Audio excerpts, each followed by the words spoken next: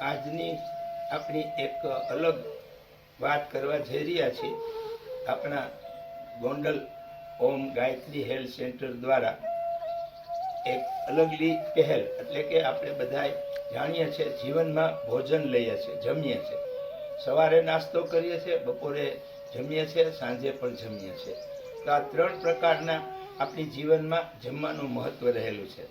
ત્યારે જ્યારે આ સાત્વિક ભોજનથી આપણે એની વાત કરીએ તો સાત્વિક ભોજન 2 રીતે થઈ શકે. એક કુદરતી નેચરલ બનેલું ભોજન, અને બીજું છે આપણે નીતિ ઈમાનદારીથી કમાયેલા પૈસાનું ભોજનથી વસ્તુ આવે, એને સાત્વિક ભોજન કહેવામાં આવે. તો અત્યારના આ યુગમાં આપણે તંદુરસ્ત રહેવા માટે, સ્વસ્થ રહેવા માટે કુદરતી પ્રકૃતિએ, નેચરે જે નક્કી કરેલ છે, એટલે કે આપણા વેદ પુરાણ શાસ્ત્રોમાં 4 યુગમાં સતયુગ, દ્વાપર, ત્રેતા અને કલયુગ, આ 4 યુગમાં ભોજનનું મહત્વ બહુ રહેલું છે, આપણે બધા જાણીએ છીએ. તો જે આગલા જે સતયુગ હતા કે ત્રેતા યુગ હતા, એમાં ભોજન પરંપરા કુદરતી રીતે કાચું ભોજન વધારે લેવામાં આવતું, જેથી એ આપણા પૂર્વજો અથવા આપણા ઋષિમુનિઓ અથવા જે આપણી ધર્મના જે વડાઓ બની ગયા, એ લોકો જીવનમાં આપણે ક્યાંય સાંભળ્યું નથી કે એ લોકો કોઈ ક્યારે બીમાર પડ્યા. અથવા એ જમાનામાં આટલી મેડિકલ સુવિધા નહોતી, આટલી મેડિકલ દવાઓ નહોતી, અને આટલા બધા રોગો હતા નહીં એ વખતે. તો હવે અત્યારનું આપણું જે ભોજન જે હોવું જોઈએ, કુદરતી નેચરલ કાચું ભોજન, સાત્વિક ભોજન હોવું જોઈએ, એ ભોજન ઉપર આપણે અમુક વ્યક્તિ કે અમુક સંતો, મહંતો અથવા શ્રેષ્ઠ કાર્ય સમાજની અંદર પોતાના જીવનને નિરોગી સ્વસ્થ રાખવા માટેના એવા અમુક લોકો, એટલે કે રેશિયા પ્રમાણે 30 થી 35% માણસો સાત્વિક ભોજન અત્યારે કરી રહ્યા છે. તો એ આપણી પરંપરા છે. એ પરંપરાને આપણે આદિકાળથી અત્યારના યુગ સુધી આપણે એ ભોજનની પરંપરા સમજવી પડશે અને આપણે જાણવી પડશે. તો એ પરંપરા કુદરતી હતી, ત્યારે આપણે આપણા પસંદગીના આપને રુચિ લાગે એવું, ગમે એવું, અને આપણા કુટુંબની સાથે, બધાની સાથે સંમત થાય એવું સાત્વિક ભોજન આપણે લેવામાં આવતું.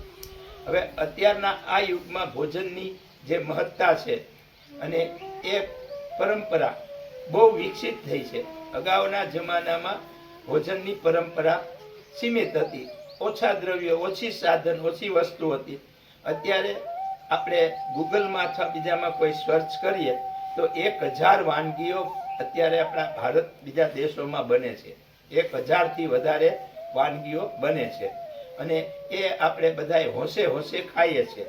તો એમાં ન ખાવાનું પણ આવે છે, ન પીવાનું આવે છે, ન જીવનને ઉપયોગી થાય એવું પણ આપણે કરીએ છીએ. તો આ જીવનની અંદર આપણે આવું ભોજન કરવાથી આપણા જીવનમાં અથવા આપણા શરીરની અંદર અનેક પ્રકારના રોગો આવે, અનેક પ્રકારની તકલીફો આવે છે, જે આપણે જાણીએ છીએ, છતાં પણ સમજીએ છીએ, છતાં પણ આપણી અનાવડત, બેકાળજી, જાતું કરવાની, એવું કે ખાવ પીને મજા કરો, અને એ ખાવાથી આપણને નુકસાન થાય, છતાં પણ આપણે ખાઈએ છીએ. તો આ આપણી ભૂલ છે. ઉપરાંત અત્યારે આ જે યુગ છે કે જે કાયો, એમાં 5 તત્વો રહેલા છે. એ 5 તત્વો પ્રમાણે ભોજનની ઈશ્વરે રચના કરેલી છે. 5 તત્વમાં પૃથ્વી, જલ, આકાશ, વાયુ અને સૂર્ય, અગ્નિ. તો આ 5 તત્વોનું આખું આપણી આ કુદરતી રચના છે. એ 5 તત્વો ઉપરથી ભોજનની આખી રચના થયેલી છે. તો આપણું સાદું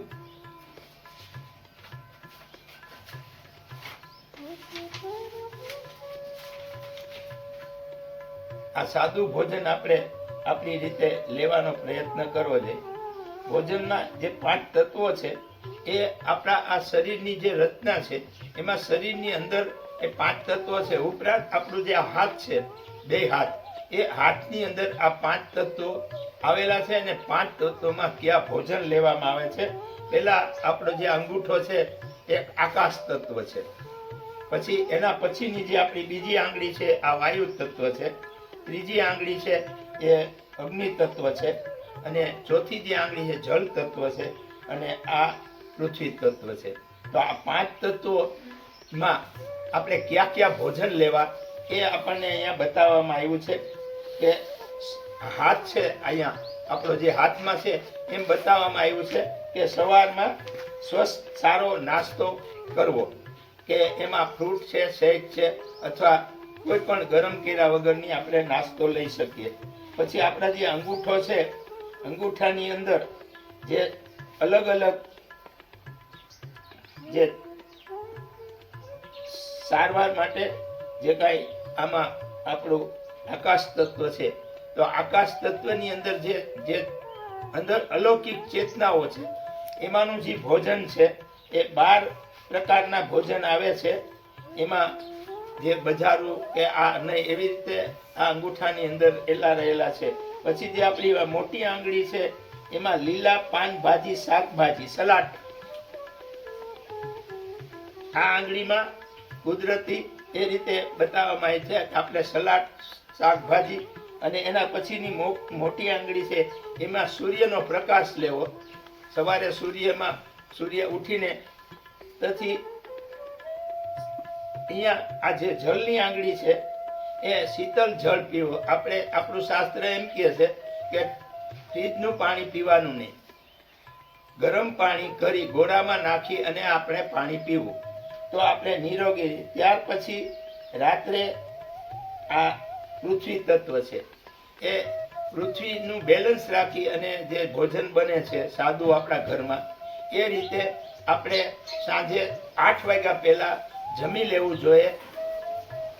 જૈનમાં એ સૂર્ય અસ્ત થાય પહેલા જમી લે છે, પણ આપણું વૈદિક પરંપરા પ્રમાણે આપણે 8 વાગ્યા પહેલા ભોજન લઈ લેવું જોઈએ. તો આ ઉપરથી આપણે સમજવાનો ખ્યાલ આવ્યો કે આપણે આપણી પરંપરા ભોજનની. હવે બીજી 4 અવસ્થા છે આપણી: બાલ્ય અવસ્થા, યુવા અવસ્થા, અને પ્રૌઢ અવસ્થા, અને વૃદ્ધાવસ્થા. આ 4 અવસ્થાઓ છે. એ 4 અવસ્થામાં અલગ અલગ ભોજનની વૈદિક પ્રમાણે, આયુર્વેદિક પ્રમાણે એની અલગ અલગ કેટેગરી, અલગ અલગ વિધિ વિધાન આપવામાં આવ્યા છે. એ બહુ મોટી વ્યવસ્થા છે. એના માટે અમે આપણું ભોજનની એક અલગ 20 કે 25 પેજનું લખેલ છે, એ અમે આમાં અમારા યુટ્યુબમાં મૂકશું. આપને વધારે આપણા ભોજન માટે આપણું કાચું ભોજન લઈએ અને નિરોગી સ્વસ્થ બને એના માટે વધારે સમજણ આપવાનો પ્રયત્ન કર્યો છે. તો બાળકો જે છે એને માટે બહુ નોર્મલ ભોજન આપવું જોઈએ. એને બદલે અત્યારે આપણા આ યુગમાં નાના બાળકોને ફાસ્ટ ફૂડના પેકેટ ન ખાવાના કે ન ખવડાવવાની વસ્તુ વાલીઓ, માતા પિતા હોશે બાળકોને ખવડાવે છે. એટલે બાળકો જે એનામાં આવડત હોય, જે ટેલેન્ટ હોવી જોઈએ, એનામાં જે સ્કિલ ડેવલપમેન્ટ હોવું જોઈએ, એને બદલે એનામાં તોફાન આવે છે, ઉદ્ધતાય આવે છે, કોઈનું માનતા નથી, કારણ કે બહારની વસ્તુ ખાવાથી. પછી જે યુવાન છે, તો યુવાન પણ અત્યારે એનું જે ભોજન છે એ પણ વિકૃત થઈ ગયું છે. એને પણ સાત્વિક ભોજન ખાવું જોઈએ. બજારની વસ્તુ ખાય છે, ન પીવાના પીણા પીએ છે, દારૂ અથવા અભક્ષ્ય માંસનું સેવન કરે છે. ત્યારે ત્રીજી અવસ્થા છે પ્રૌઢ અવસ્થા. પ્રૌઢ અવસ્થામાં જે આપણે પૂર્ણ ખોરાક લેવો જોઈએ, આપણું શરીર વિકસિત હોય અને આપણી ગૃહસ્થાશ્રમની તમામ જવાબદારીઓ આપણી ઉપર હોય, તો આપણે આપણા શરીરને નિરોગી સ્વસ્થ રાખવા માટે અતિ મહત્વનું સારું પૌષ્ટિક સાત્વિક ભોજન લેવું જોઈએ. એને બદલે આપણે પણ એ અતિ મહત્વનું સાત્વિક ભોજન લેતા નથી, જેને હિસાબે 30 થી 40, 50 વર્ષમાં આપણે રોગીશ બનીએ છીએ, માયકાંગલા બનીએ છીએ, ઉત્સાહ નથી, ઉમંગ નથી હોતો, કારણ કે ભોજનથી એ બધું આવે છે. અને છેલ્લે જે વૃદ્ધાવસ્થા આવે, ને વૃદ્ધાવસ્થામાં પણ ભોજનની બહુ કાળજી રાખવી પડે ઉંમર પ્રમાણે.